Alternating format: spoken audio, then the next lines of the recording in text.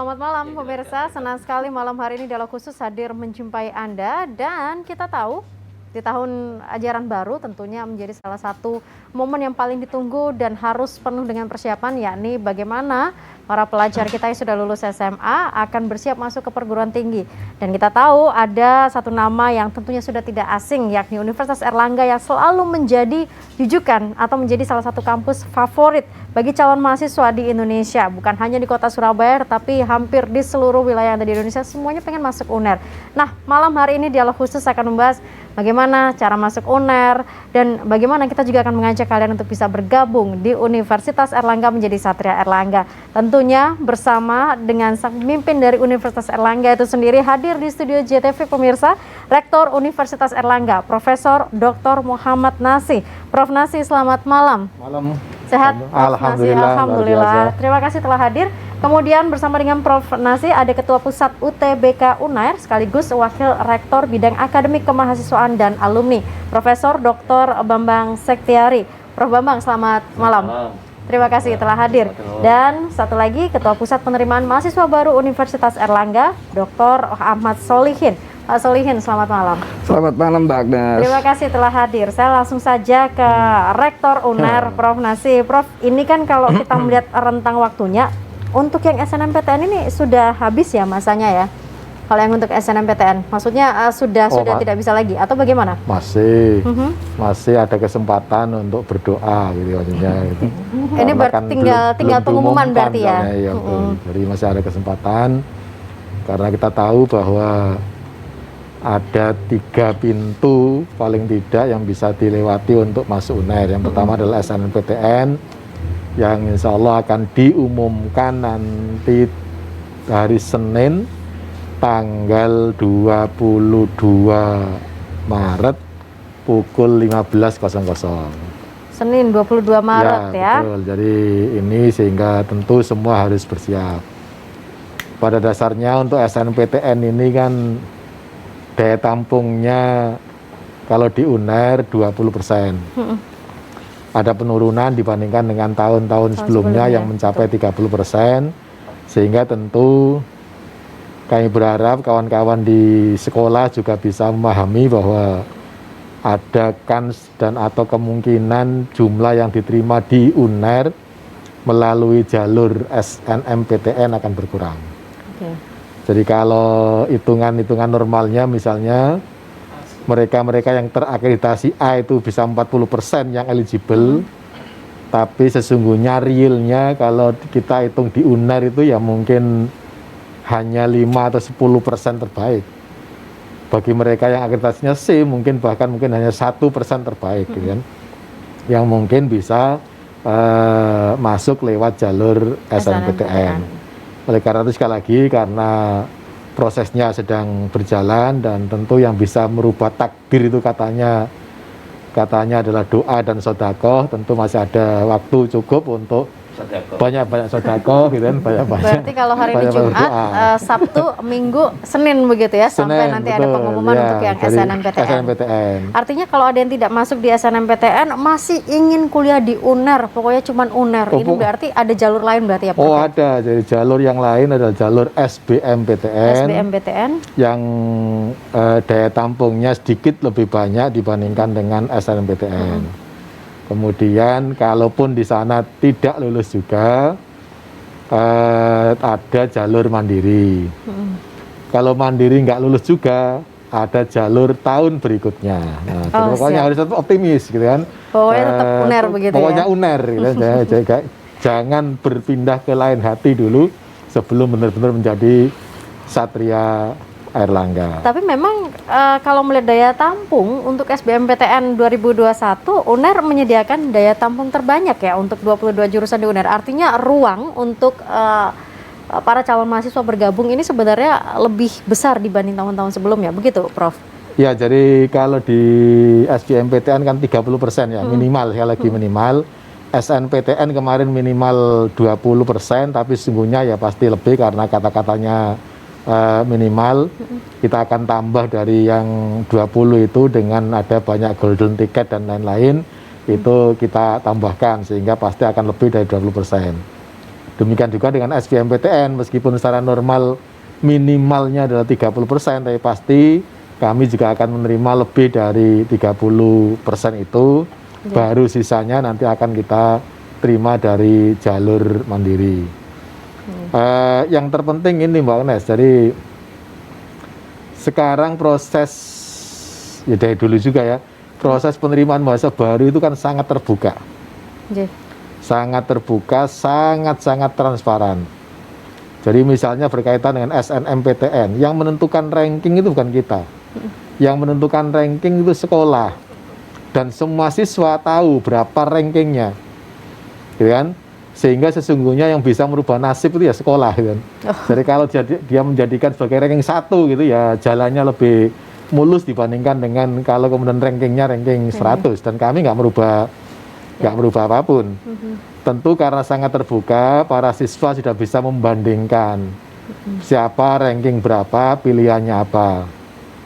Kami di perguruan tinggi tidak mungkin menerima yang rankingnya lebih jelek, misalnya ya, lebih jelek, sementara ranking lebih baik nggak diterima untuk jurusan yang kurang lebih sama atau mungkin lebih rendah. Sehingga memang murni yang menentukan kesuksesan itu ya pada saat proses penentuan ranking itu, dan tentu kualitas sekolah ya. Kualitas sekolah juga menentukan, kita lihat dari indeks sekolahnya, sehingga kami ingin memastikan bahwa isu-isu yang mengatakan ada jalur belakang katanya itu dipastikan tidak ada, karena semua orang sekarang udah bisa membandingkan gitu kan. Kalau ada yang kemudian lebih jelek diterima dibandingkan dengan lebih baik dalam satu sekolah, tentu kami tidak akan mengambil resiko itu, karena pasti akan bikin gaduh, bikin macam-macam gitu ya. Pastinya semua transparan begitu ya, dan memang diketahui secara langsung oleh masyarakat. Nah, kalau kita bicara SBMPTN, ini berarti waktunya kapan? Mungkin Prof. Bambang atau mungkin Pak Solihin sebagai secara pelaksanaan teknisnya? Ya, jadi kalau SBMPTN itu kita sudah mulai pendaftaran tanggal 15 Maret ya? 15 kemarin Maret ya, ini ya? Sampai nanti tanggal 1 April. Jadi ini sekarang sedang berlangsung pendaftarannya. Tapi siswa-siswa yang mendaftar itu mesti harus sudah memiliki akun registrasinya untuk LTMPT, SBMPTN. LTMPT-nya itu sudah dilakukan dari sebelumnya berarti sudah, ya? Karena kemarin dikasih waktu mulai tanggal 27 Februari sampai dengan tanggal 12 Maret. Dan kemudian selama LTMPT karena masih ada yang belum menyelesaikan itu diperpanjang sampai tanggal 13 jam 3 sore. Jadi setelah itu kemudian proses berikutnya, yaitu pendaftaran tanggal 15 Maret sampai dengan tanggal 1 April 2021. Dan ini bisa langsung dilakukan oleh para calon mahasiswa begitu ya. Setelah langsung, nanti pendaftaran berarti langsung pelaksanaan UTBK-nya sendiri ya? Pendaftaran nanti kan kemudian ada proses bagaimana kemudian mereka mengisi biodata, mengupload foto, kemudian juga melakukan pembayaran ke bank, dan setelah itu juga mencetak kartu pesertanya, dan setelah itu mereka ikut tesnya, dan tesnya ini kita di UNER itu menyediakan sampai dengan 28.000 kapasitasnya selama 2 sesi ya. Kita ada 2 sesi, dan setiap hari selama 1 minggu itu setiap hari 2 sesi, kecuali mungkin yang campuran, dan itu kapasitasnya kita sebar di 3 kampus ABC, sehingga kemudian 1 hari itu bisa melaksanakan dalam 2 sesi masing-masing 980 yang kita sebar di 3 tempat. Jadi insya Allah sebenarnya kalau kemudian dari jumlah itu ya relatif tidak terlalu besar, tidak akan menimbulkan kerumunan, dan anak-anak adik-adik kita bisa dengan nyaman mengikuti tesnya. Kita nanti akan lanjutkan lagi pemirsa, khususnya untuk Anda para calon mahasiswa yang ingin mengetahui lebih detail untuk bisa kuliah di Universitas Airlangga sesaat lagi.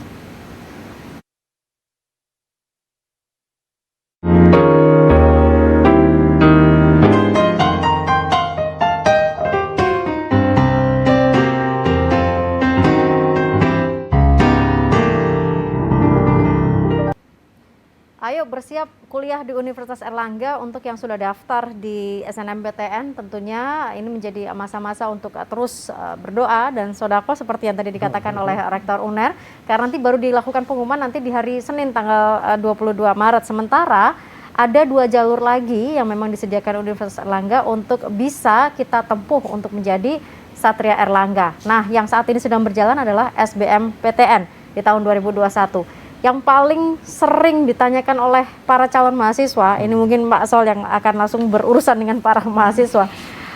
Apa yang harus disiapkan supaya ketika kita daftar itu tidak salah dan khususnya juga dalam hal menentukan pilihan, Pak Sol?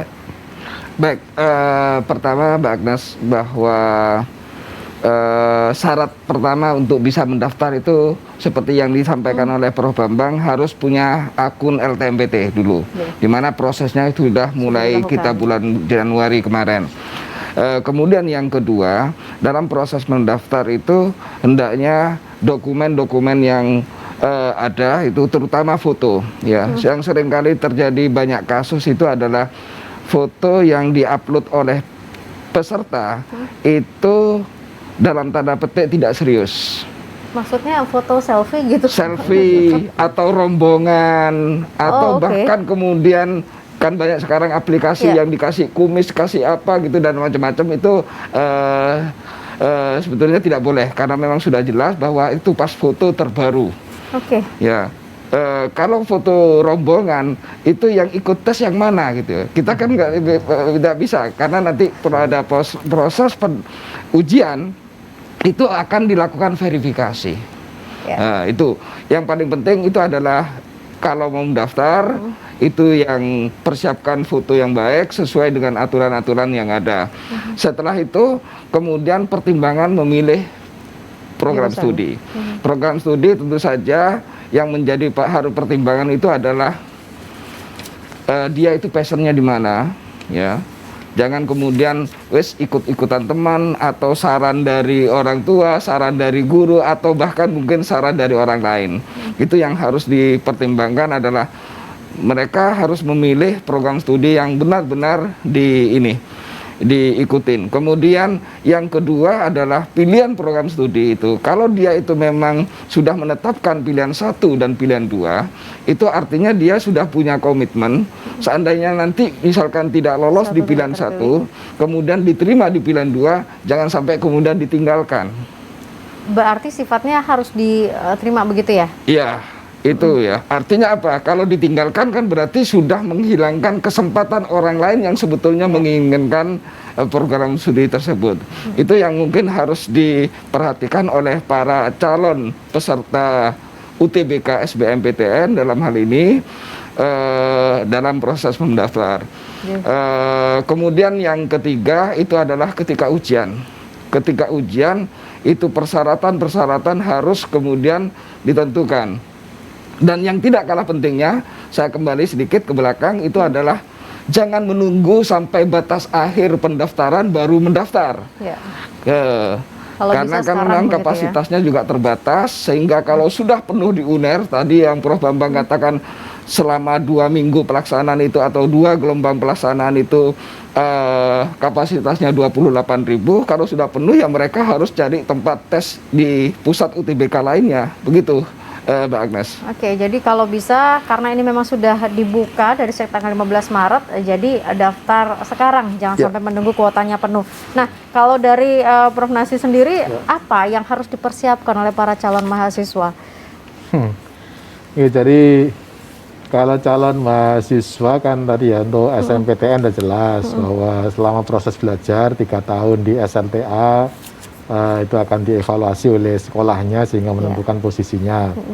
Kalau yang di SBMPTN tentu ada tes yang memang harus disiapkan secara substansial. Kita punya untuk tahun ini beda sedikit dengan tahun yang lalu. Kalau yang tahun lalu hanya tes potensi skolastik saja, tahun ini di samping tes potensi skolastik juga ada tes kompetensi akademik. Di tes potensi skolastik kita akan mengetahui ya kayak TPA lah gitu kan, bagaimana kemampuan mahasiswa atau calon mahasiswa atau siswa itu untuk memberikan pemahaman umum, penalaran, kemudian aspek kuantitatifnya. Nah, itu akan dilihat, artinya baik IPA maupun IPS, baik sosum maupun eksak, soal untuk TPS-nya sama. Karena memang yang diujikan adalah hal-hal yang sifatnya umum dan daya nalar serta kemampuan analytical, termasuk kemampuan literasi, membaca, memahami bacaan dan lain-lain, itu akan diujikan di TPS itu. Sehingga tentu aja para peserta juga harus bersiap di sana. Kemudian yang kedua tentu ada namanya tes ke kompetensi akademik. Di sana berkaitan nanti dengan bidang-bidang ilmu yang selama ini diujikan ya. Jadi kalau di Saintek ya ada kimia, ada fisika, ada matematika, ada biologi gitu kan. Sementara kalau yang di sosum juga kurang lebih sama, ada geografi, ada ekonomi, ada matematika sosum juga dan sejenisnya. Nah, itu yang menurut saya harus disiapkan sejak awal. Teman-teman nggak usah khawatir kemudian sejak awal udah minder karena nggak ikut les, bimbingan belajar dan lain-lain. Saya pikir kalau yang bersangkutan selama di SLTA-nya mengikuti pembelajaran dengan baik, belajarnya giat, konsentrasi dan fokus, saya pikir mereka akan bisa melampaui ini. Dan menurut saya kuncinya ya di pengerjaan soal ini, karena yang digunakan sebagai dasar diterima tidaknya ya skor mereka. Nanti hasil dari tes besok hasil dari ini tes berarti itu. ya. Kita nggak melihat faktor apa lagi, pokoknya lebih bagus, lebih tinggi ya pasti akan diterima. Dan ini sistemnya dengan menggunakan komputer begitu ya, UTBK ya. Betul. Yang terpenting juga adalah bahwa nanti para siswa juga akan mendapatkan nilainya. Ya, dari nilai itu juga akan dibagikan pada para peserta gitu kan, sehingga peserta tahu persis berapa nilainya dan kenapa seseorang itu diterima, kenapa seseorang itu tidak diterima. Pasti karena nilainya, bukan karena faktor yang lain gitu kan.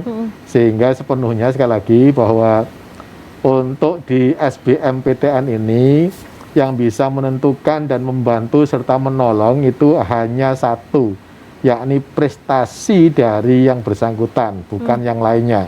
Sehingga ini yang menurut saya harus mendapatkan persiapan dan fokus secara umum. Baik. Hal lainnya agak teknis Pak, mungkin barangkali juga penting. Tentu aja orang yang sudah persiapan bagus ya, tetapi hal-hal teknis juga harus diperhatikan. Misalnya jangan sampai pada hari H ternyata flu, pilek, batuk dan lain-lain. Nah, ini yang nanti akan dibahas, Prof. Itu susah itu nanti. Baik, kalau nanti kita akan bahas di segmen berikutnya. Betul, karena ya, tentunya di masa pandemi ini bukan hanya tentang kemampuan untuk kita mengerjakan, tapi juga bagaimana kondisi kesehatan kita. Kami kembali saat lagi pemirsa.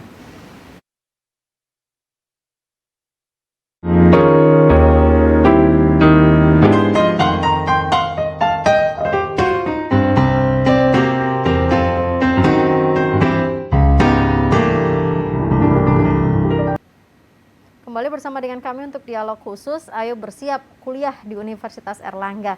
Nah, sebelum masuk terkait dengan bagaimana protokol kesehatan begitu ya, mungkin ada satu yang sering ditanyakan oleh para calon mahasiswa untuk menentukan pilihan 1, 2, apakah harus sesuai dengan grade dari fakultasnya.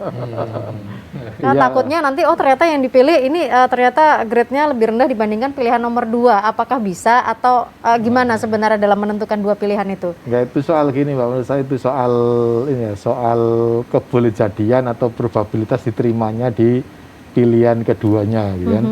Jadi kalau pilihan kedua itu lebih tinggi grade-nya ya, tentu jangan berharap pilihan keduanya akan diterima, karena sebaik apapun pasti akan pilihan ke satu yang menjadi utama. Sebaiknya kalau kemudian pilihan keduanya lebih rendah, misalnya itu kalau tidak lolos karena nilainya misalnya gini, nilai terendah untuk untuk program studi anggap aja ya kedokteran itu ternyata adalah 700 misalnya, ternyata nilai dia adalah 695. Pasti kemudian 695 itu masih mungkin diterima di prodi yang grade-nya lebih rendah di pilihan yang kedua, dan itu sifatnya otomatis, tinggal digeser saja ke pilihan 2, diurutkan lagi mana-mana yang lebih lebih tinggi nilainya pasti akan kemudian diterima.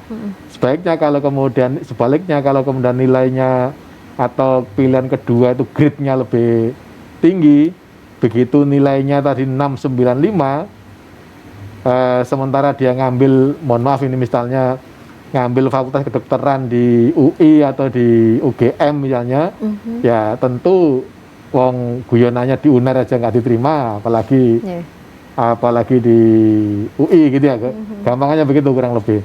Nah itu yang strategi terkait dengan masalah probabilitas diterimanya di pilihan kedua. Tapi kalau memang hanya pilihan satu ya sudah nggak apa-apa gitu kan. Grade yang kedua lebih tinggi pun ya oke aja. Tapi biasanya kalau gitu grade keduanya akan mati lah gitu. Udah nggak ada kemungkinan untuk diterima. Baik, kita akan ngobrolin singkat terkait dengan bagaimana teknis nanti pelaksanaan SBMPTN-nya, karena masih segar mungkin dalam ingatan teman-teman ketika tahun lalu, saya tidak terasa ternyata sudah setahun berlalu begitu ya. Masalah surat rapid test dan juga bagaimana nanti UNER ini memberikan fasilitas dengan protokol kesehatan yang maksimal. Monggo, Prof. Bambang atau mungkin Pak Solihin, monggo. Jadi kami menyiapkan semuanya sekarang ini tetap dengan mengacu pada protokol kesehatan. Jadi sejak SBM tahun yang lalu dan dalam keseharian pun protokol kesehatan itu sudah menjadi SOP yang memang harus diterapkan di UNER. Sehingga menurut kami tinggal sekarang menunggu, karena kami koordinasi dengan Satgas Covid Surabaya untuk kemudian bagaimana kepastian dari berbagai hal yang dipersyaratkan, karena kita ingin juga bahwa jangan sampai kemudian usaha dari pemerintah untuk kemudian membuat wilayah itu menjadi dikris ya, kemudian tidak ada lagi epicentrum baru, itu kita juga harus dukung. Sehingga kita intinya bahwa semua, bukan hanya UNER ini, karena kita ada ITS, ada UPN, ada UNESA, itu semuanya akan menerapkan protokol kesehatan dan tinggal sekarang bagaimana nanti menyesuaikan dengan rekomendasi dari Satgas Covid Surabaya yang sekarang kita sudah berkoordinasi. Mungkin insya Allah dalam waktu dekat kita akan bisa mendapatkan kepastiannya. Tapi intinya menurut saya kondisi kita sekarang kan relatif lebih baik, kita sudah lebih adaptif dengan new norm. Dan kalau yang kemarin kondisi di Surabaya itu adalah merah hitam ya. Nah sekarang kan sudah kuning. Jadi insya Allah kemudian semuanya mungkin akan lebih memudahkan bagi adik-adik, bagi kita semua untuk melaksanakan itu tanpa mengurangi arti dan implementasi dari protokol kesehatan. Artinya tidak perlu terlalu dipikirkan, karena UNER pasti akan menyiapkan yang terbaik begitu ya sebagai tempat penyelenggara. Nanti kalau dipikirkan sakit, dan katanya Pak Rektor harus sehat itu. Padahal yang harus dipikirkan bagaimana mengerjakan soalnya begitu ya. Nah ini yang kalau mikir rapid, tambah bebannya dan stres, terus nanti malah sakit. Iya. Nah, apakah mereka-mereka yang mendaftar melalui jalur SBMPTN, artinya dalam proses pendaftaran ini sampai dengan nanti begitu ya di tanggal berapa 1 April begitu ya, apakah memang pasti akan langsung bisa lolos untuk bisa mengikuti tes di gelombang 1 atau gelombang kedua, atau mungkin ada screening lagi? Nanti mereka kan akan memilih ya, jadi bisa memilih pusat UTBK, jadi apakah memilih UNER dan sebagainya, juga bisa memilih sesi. Jadi memilih sesi yang mana, itu asalkan sesi itu masih kosong, tapi hanya di situ. Jadi mereka hanya memilih di 2 hal itu, tapi lokasi dan sebagainya tidak akan bisa. Nah, itu mereka hanya punya kesempatan 1 kali. Jadi tidak seperti dulu kan kemudian ada screening macam-macam. Jadi yang kita harapkan bahwa mereka nanti pada saat pelaksanaan itu ya sehat, sehingga mereka bisa memanfaatkan 1 kali kesempatan itu untuk bisa melaksanakan dengan sebaik-baiknya. Oke, hal yang paling utama sehat, jaga kondisi kesehatan supaya bisa Pak Rektor pesen, pokoknya 14 hari jangan keluar kemana-mana lah, jangan berkerumun, jangan itu menurut saya salah satu usaha untuk betul-betul terisolasi, di samping juga kontemplasi juga termasuk untuk menyiapkan betul mental dan fisiknya, tapi juga menghindari kerumunan, menghindari kontak dengan banyak orang, dan itu yang nanti insya Allah akan menjamin mereka siap. Baik, Pak Solihin ada mungkin tips saran, karena mungkin kalau sebagai ketua penerimaan mahasiswa begitu ya, saran supaya nggak salah jurusan milihnya. Oh iya gitu ya. Ya baik, Mbak Agnes, begini ya. Tentu saja dalam memilih itu mereka juga harus mempertimbangkan yang pertama itu adalah aspek kemampuan. Kemudian yang kedua itu adalah aspek minat ya.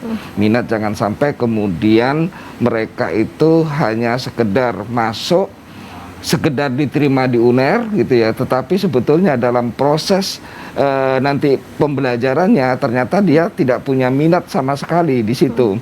Itu yang menurut saya itu pasti akan merugikan ya, merugikan diri sendiri terutama ya, rugi biaya, rugi waktu dan kesempatan yang lainnya.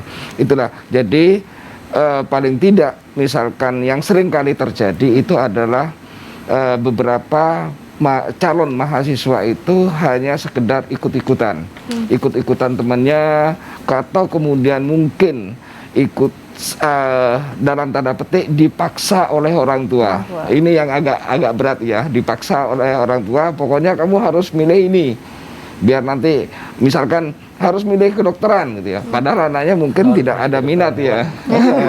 Itu karena jurusannya Prof. Bambang ya, ya, tidak ada minat di sana. Itu toh nanti juga akan hasilnya tidak baik. Tapi kembali lagi saya juga menambahkan sedikit dari Prof. Bambang dan Pak Rektor tadi mengatakan bahwa yang paling penting itu adalah menjaga kesehatan. Jangan sampai kita yang bersangkutan gagal untuk menjadi Satria Airlangga gara-gara kondisi kesehatannya tidak bagus pas waktu tes. Ya, kalau sakit kan pasti nggak bisa ikut tes. Kalau nggak bisa ikut tes pasti nggak akan diterima di UNER gitu. Jadi menjaga kesehatan nomor satu dan persiapkan bagaimana untuk menjawab dari soal-soal ujian. Persiapan itu sangat penting dan juga itu pilihlah ya tadi sedikit mungkin menambahkan dari apa yang dikatakan oleh Pak Rektor itu ya terkait dengan pilihan 1 dan pilihan 2. Kalau pilihan 2-nya grade-nya itu lebih rendah, itu pasti lebih tinggi itu kalau nggak diterima di pilihan 1 pasti dia tidak akan diterima di pilihan kedua, itu pasti. Ya, tetapi kalau grade yang pilihan keduanya itu lebih rendah, masih ada peluang untuk bisa diterima. Saya kira itu. Semua tahu bahwa masuk UNER tuh kayaknya susah banget, Prof. Nazih. Kesannya tuh udah kayak, wah UNER. Nah, ini mungkin kan ibarat keketatan persaingan dan ini gimana, Prof. Nazih, supaya mereka tetap punya rasa optimis pasti bisa menjadi Satria Airlangga? Gini ya, jadi kalau soal susah itu menurut saya hampir di semua perguruan tinggi itu pasti susah masuknya. Kenapa? Karena kita tahu bahwa tahun ini saja itu ada jutaan mahasiswa kelas 12 yang lulus. Sementara daya tampung di PTN itu secara keseluruhan mungkin hanya ada di angka 300.000. Coba dibayangkan 300.000 direbut oleh 1 juta. Tentu semua akan mengalami begitu. Kecuali mohon maaf, untuk beberapa prodi yang ada jauh di luar Jawa mungkin biasanya kekurangan ya. Tapi kalau masih di Jawa, Sumatera, Kalimantan dan Sulawesi, persaingan itu memang paling tidak 1:10 secara umum, sehingga ya semuanya pasti sulit gitu kan. Nah, untuk menjaga optimisme ini tentu kami sampaikan bahwa yang pertama adalah jangan berkecil hati dulu dengan berpikir yang negatif. Oh, aku pasti nggak diterima karena yang diterima itu mesti yang misalnya yang lewat ini, yang lewat itu, yang apa. Itu menurut saya sangat mengganggu. Sehingga kita mesti optimis dulu bahwa semua berjalan dengan fair dan murni karena kemampuan yang bersangkutan.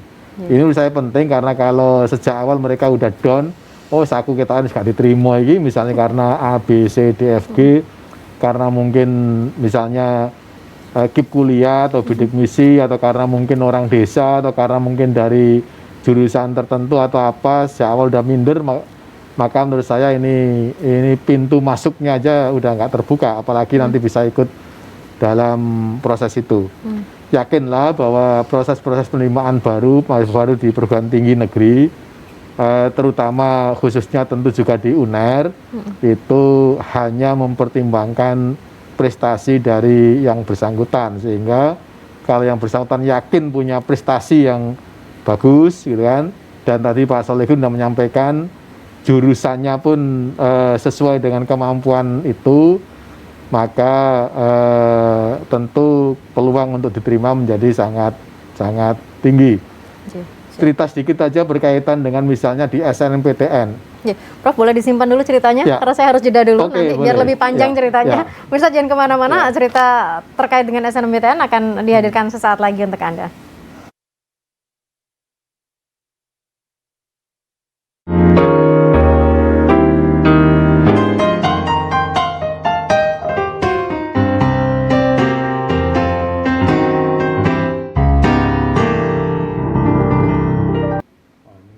Kita kembali melanjutkan diskusi atau dialog khusus kita pada malam hari ini. Ayo bersiap kuliah di Universitas Airlangga. Monggo Prof Nazim melanjutkan tadi bagaimana cerita tentang jadi SNMPTN. tentang SNMPTN misalnya untuk pilihan kedokteran. Yang memilih fakultas program studi kedokteran di SNMPTN UNER yang ranking 1 itu jumlahnya hampir 300. Ranking 1 saja loh ya. Yang ranking 1 saja ranking 1 saja itu 300 siswa atau 300 pendaftar. Itu ranking 1. Bayangkan kalau kemudian daya tampung kita untuk SNMPTN hanya 50. Ya, pasti. Diisi oleh 300 orang yang rankingnya 1. Tentu kemudian kami harus melakukan beberapa proses analisis gitu kan. Yang mungkin meskipun dia yang bersangkutan ranking 1, yang mungkin lolos di ranking 1 itu adalah mereka yang berasal dari SLTA yang berada pada misalnya 500 terbaik SLTA di Indonesia berdasarkan nilai atau indeks terbaik kita misalnya yang ranking 1. Sehingga meskipun yang bersangkutan ranking 1, tetapi kalau sekolahnya itu rankingnya 3.000 sekian dan pilihnya kedokteran, maka ya sudah wassalam, probabilitas untuk diterima menjadi sangat-sangat kecil. Oleh karena itu ini berkaitan dengan pilihan prodi dan kemampuan tadi. Jadi yang milih di prodi-prodi tertentu itu kemampuannya berapa. Tentu kalau kita sudah tahu kemampuan kita ada di posisi mana, kita akan bisa mengalihkan pada proses-proses atau prodi-prodi yang berada pada level yang jangan terlalu tinggi, meskipun passionnya di situ, gitu kan? Jadi misalnya kalau udah kadung ngebut jadi dokter ya sudahlah, kalau usah dokter hewan juga bagus. Nanti ketemunya gitu kan? Prof Bambang langsung berarti ya. Nanti ketemunya Prof Bambang, gitu ya Prof Bambang ya? Iya, jadi tetap harus dilakukan proses-proses. Kalau enggak, karena persaingan sangat ketat, tentu kemampuan untuk mengukur diri itu menjadi sangat-sangat penting, gitu kan? Termasuk dalamnya ya ini bukan untuk promosi, tapi barangkali penting juga untuk dipertimbangkan. Kalau dulu kan pilihan untuk IPC itu masih sangat banyak ya. Jadi kalau saya dulu misalnya IPA pilih 2, IPS-nya pilih 2, saya punya kans untuk 4 program studi dan akhirnya dipilih yang IPS. Itu mungkin menjadi salah satu cara untuk mendiversifikasi dari kemampuan saya. Kalaupun nggak diterima di kedokteran misalnya atau di teknik sipil, oke, saya masih punya IPS-nya di ekonomi dan kemudian di akuntansi. Nah, pilihan grade-grade yang banyak ini menurut saya menjadi sangat-sangat penting untuk bisa meloloskan yang bersangkutan.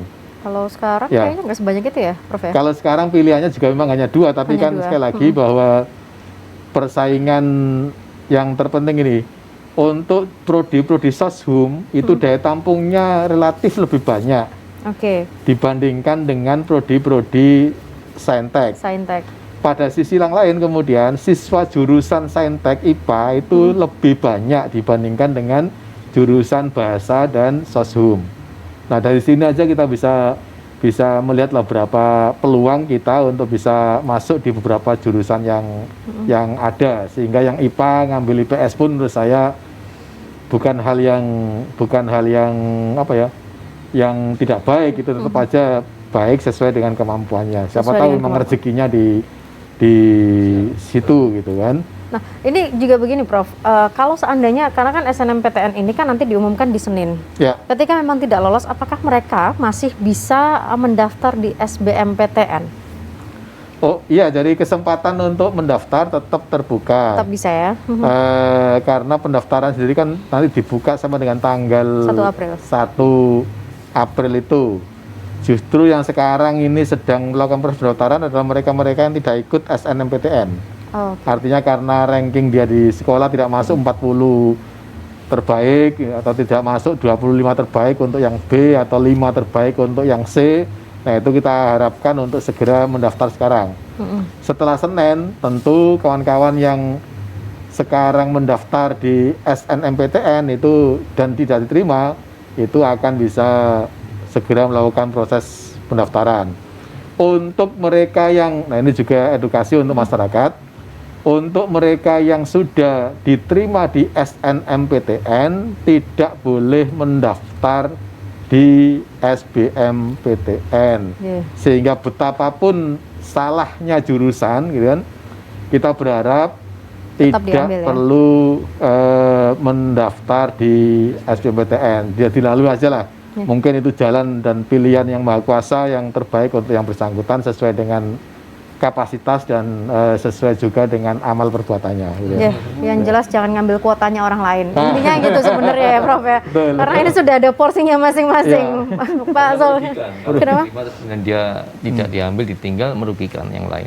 Ya, dan itu kalau misalnya diterima, terus kemudian tidak diambil, apakah itu kuota akan bergeser ke orang lain atau kuota itu akan kosong? Diterima, seandainya diterima, tidak kemudian dimasukin. tidak diambil atau tidak dimasuki, apakah kuota itu akan kosong atau bergeser ke orang lain, Prof? tidak bisa, enggak. Jadi kalau bergeser ke orang lain pasti enggak. Oke. Tapi itu akan bisa diisi di jalur yang lain. Oh, di jalur yang lain. Di jalur SBMPTN. Kalau SBMPTN juga kosong, sesungguhnya juga bisa diisi nanti di jalur mandiri, bukan mengisi kemudian ada cadangan gitu kan. Wah, itu bisa bikin repot kalau ada cadangan-cadangan karena semua pengen jadi cadangan nanti. Ya, artinya berarti ini harus calon mahasiswa harus benar-benar mantap. Betul. Supaya tidak lagi kemudian meninggalkan yang sudah diterima begitu ya. Betul. Kasihan nih kuota-kuota yang lain. Kasihan. Pak Solihin ada tambahan mungkin menambahkan dari apa yang disampaikan Pak Rektor? Saya kira terkait dengan tadi peluang bahwa diterima jangan sampai kemudian ditinggalkan karena nanti memang artinya satu itu adalah merugikan orang lain yang sebetulnya punya kesempatan. Kemudian yang kedua terkait dengan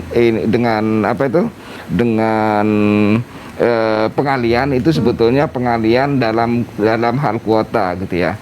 Jadi ketika misalkan prodi A itu sekarang ada 2 orang yang tidak daftar ulang karena kemudian 2 itu kemudian ditambahkan kepada kuota di SBMPTN. Demikian juga nanti dari SBMPTN itu ketika ada yang tidak daftar ulang itu akan dialihkan kepada jalur mandiri. Tentu saja dengan batasan-batasan sesuai dengan aturan yang sudah ditetapkan oleh pemerintah.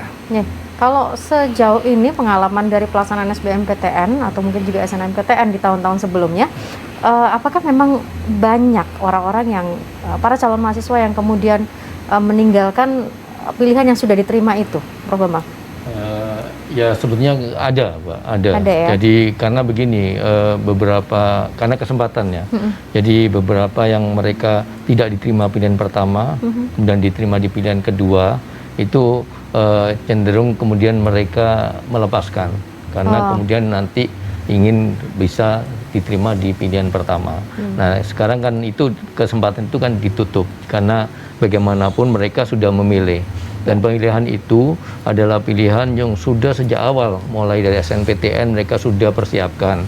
Sehingga menurut saya yang penting adik-adik ini memang sudah harus fokus pada prodi yang dituju.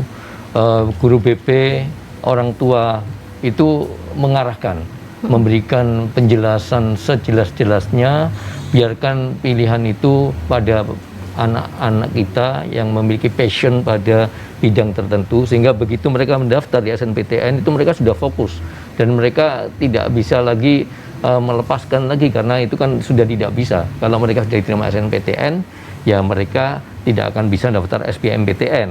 Dan juga sama yang SBM juga mereka harus memanfaatkan itu. Sehingga saya berpesan pada para orang tua yang memang menginginkan anaknya, tadi Pak Rektor berikan contoh menjadi dokter hewan misalnya ya Pak Rektor ya.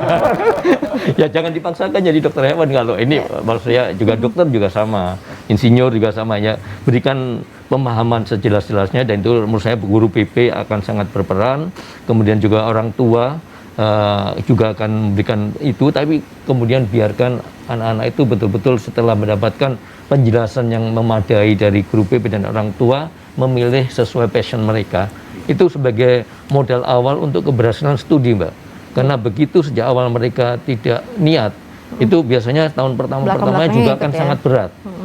Dan itu yang kita harus hindarkan, karena bagaimanapun kalau kemudian berat itu biasanya kemudian terkait dengan studi yang panjang dan sebagainya, dan itu juga termasuk mengambil haknya orang lain. Karena harusnya kalau dia tepat waktu, tempatnya itu biayanya juga bisa dialokasikan untuk mahasiswa lain. Saya tahu UNER itu sudah pasti menjadi jujukan banyak orang, tetapi tidak ada salahnya saya juga bertanya ke Prof. Nasih, kenapa alasan orang harus memilih UNER? Kalau alasannya banyak sekali. Ya, Prof, ya? Dari yang pertama, tentu saja UNER merupakan perguruan tinggi ketiga tertua di Indonesia, kan? Nah, sebagai kakak tertua tentu kualitasnya pasti terjamin, kan? Kami mempunyai dosen-dosen yang sangat handal, yang pengalaman baik praktis maupun teoritisnya juga luar biasa. Reputasi kami di dunia itu sudah mencapai top 300 sekian untuk reputasi akademik. Sementara untuk employer reputation kita sudah berada pada top 293 dunia. Bahkan secara umum kemudian posisi UNER di dunia ini juga sudah sangat-sangat bagus. Yang dilihat dari reputasi akademiknya, reputasi atau employability-nya, serta tentu saja di pengembangan keilmuan dan internasionalisasi, kita berada pada 521. Insya Allah nanti bulan Juni ada pengumuman, kita sudah akan masuk ke 400 sekian insya Allah. Mohon doa restunya semuanya. Di by subjek kami juga punya prodi-prodi yang sekarang udah belasan, 18 kalau nggak salah, prodi yang sudah masuk radarnya QS ranking by subjek.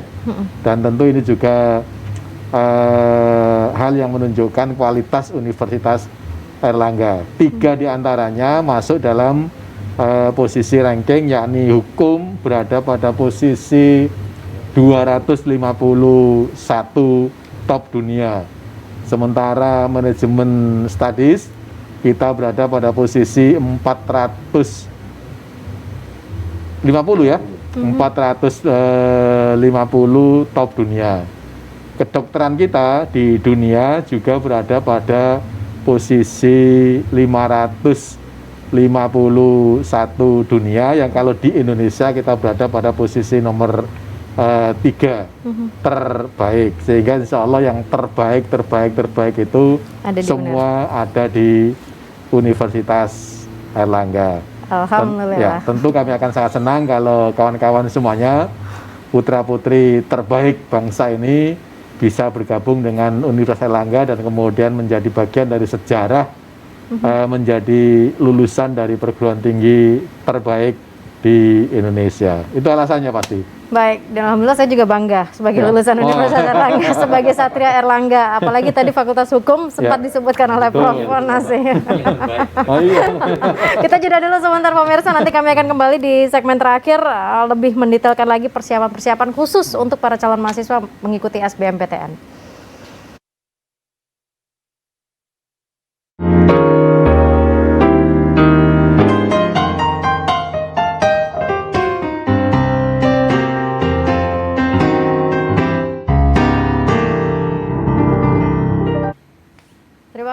pemirsa, Anda tetap bersama dengan kami untuk dialog khusus. Untuk Anda semuanya para calon mahasiswa, pastikan karena di masa-masa ini untuk SBMPTN periodenya masih dibuka sampai dengan tanggal 1 April. Pastikan semua persyaratan bisa dipenuhi dan tentunya tetap jaga kesehatan. Dan jangan lupa bersiap untuk masuk ke Universitas Airlangga karena segala yang terbaik seperti yang tadi disampaikan oleh Pak Rektor ada di Universitas Airlangga. Bersiap untuk menjadi Satria Airlangga. Nah, di segmen terakhir mungkin dari Pak Solihin lebih dulu sebagai Ketua Pusat Penerimaan Mahasiswa Baru Universitas Airlangga, apa yang perlu dipersiapkan untuk SBMPTN? Ya, saya kira begini Mbak, ya, melanjutkan apa yang disampaikan oleh Pak Rektor. UNER itu adalah salah satu perguruan terbaik di Indonesia dan juga terbaik di dunia, gitu ya. Sehingga tentu saja banyak manfaat ya yang dapat diperoleh apabila kemudian menjadi bagian dari Universitas Airlangga. Makanya jangan ragu-ragu untuk adik-adik semuanya untuk memilih UNER sebagai pilihan pertama. Sebagai pilihan pertama. Sebagai pilihan pertama karena UNER adalah salah satu perguruan tinggi. Kemudian terkait dengan persiapan sedikit, mungkin ya sekali lagi itu adalah kita harus bisa ya bisa melihat berbagai kemungkinan kesempatan untuk bisa bergabung dengan ini dengan tentu saja persiapan-persiapan untuk mengikuti belajar TPS tadi yang diujikan, kemudian TKA itu bidang pelajaran sesuai dengan kelompok ujiannya apakah Saintek atau Sosum, itu yang paling utama kita persiapkan sambil juga menjaga kondisi kesehatan. Saya kira begitu, Mbak. Matur nuwun Mbak Solihin. Prof Bambang, ini gimana mungkin untuk persiapan mahasiswa, calon mahasiswa untuk ya, mengikuti jadi SBMPTN? menurut saya seperti yang tadi disampaikan oleh Pak Rektor, jadi adik-adik calon mahasiswa harus mantap memilih UNER. Mantap, jadi, mantep, jejek ya. Ya, itu sudah itu sebagai syarat umum ya. Karena kalau sudah tidak mantap itu akhirnya semuanya akan terbawa ke arah yang tidak mantap semuanya. Jadi menurut saya harus mantap. Kalaupun misalnya nanti SNPTN belum beruntung ya SBM. Kalau belum beruntung ya mandiri. Ada jalur mandiri. Dan mungkin adik-adik juga harus mempersiapkan hal-hal yang teknis yang memang dibutuhkan. Jangan sampai kemudian nanti misalnya yang tahun lulus tahun 2020, 2019 pada saat tes tidak membawa ijazah karena itu wajib harus dibawa, ditunjukkan. Itu wajib ya, harus dibawa ya.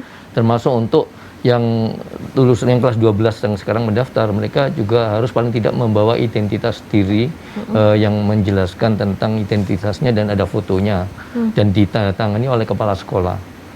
Dan cap basahnya. Jadi cap basahnya. Ya, jadi syukur-syukur bisa membawa surat keterangan lulus. Dan itu seringkali terjadi, mereka membawa itu tanpa ada cap basah sekolah. Kemudian juga tanda tangan itinya juga tidak nempel ke fotonya. Jadi bisa saja kemudian nanti akan menimbulkan hal-hal yang kemudian menjadi lebih stresor ya buat mereka. Jadi itu mungkin disiapkan semuanya dan rasanya mantap, jejak, UNER, dan itu pasti yang terbaik. The one and only begitu ya. Prof, Nasi. Ya, jadi sekali lagi bahwa SBMPTN ini proses seleksi, bukan proses pelulusan. Nah, karena proses seleksi tentu saja pasti akan ada yang lolos seleksi dan ada yang tidak lolos seleksi karena memang persaingannya juga sangat ketat. Oleh karena itu tentu hanya mereka-mereka yang siap saja, hanya mereka-mereka yang kemudian mempunyai persiapan yang bagus dan baik spiritual, mental maupun secara akademik, ini yang akan mengantarkan mereka untuk kesuksesan dan bisa bergabung bersama dengan Universitas Airlangga. Kami pastikan bahwa untuk bergabung dengan UNER pasti tidak ada ruginya, yang ada hanya untungnya karena kita semuanya mempunyai program yang jelas, mempunyai tujuan yang jelas, dan tentu kita juga punya indikator-indikator kinerja yang berkaitan dengan employability, yang berkaitan dengan karakter, yang berkaitan dengan banyak hal, itu dengan sangat-sangat jelas juga. Tentu kami sangat berterima kasih kepada para orang tua yang selama ini sudah mempercayakan putra-putrinya untuk belajar bersama dengan Universitas Airlangga, dan tentu juga para mahasiswa gitu kan, atas kepercayaannya. Baik. Belajar dari mereka, pasti mereka tidak ada yang kecewa menjadi bagian dari Universitas Airlangga yang kita cintai, yang excellent with morality ini. Mari bergabung dengan Universitas Airlangga yang excellent with morality, dan jangan lupa UNER hebat. UNER hebat. Prof, terima kasih banyak. Prof Bambang, terima kasih. Pak Solihin, terima kasih. Dan pemirsa, para calon mahasiswa bersiap untuk masuk mengikuti perkuliahan yang ada di Universitas Airlangga. Persiapkan untuk SBMPTN-nya, berdoa untuk yang SNMPTN. Jangan lupa tetap nanti masih ada jalur mandiri begitu ya. Dan yang paling utama tetap jaga kesehatan supaya bisa melalui semua tesnya agar bisa menjadi Satria Airlangga. Kalau orang bilang banyak jalan menuju Roma, tapi kalau untuk mencapai cita-cita atau masa depan hanya melalui Universitas Airlangga. Saya Agnes pamit, terima kasih, selamat malam.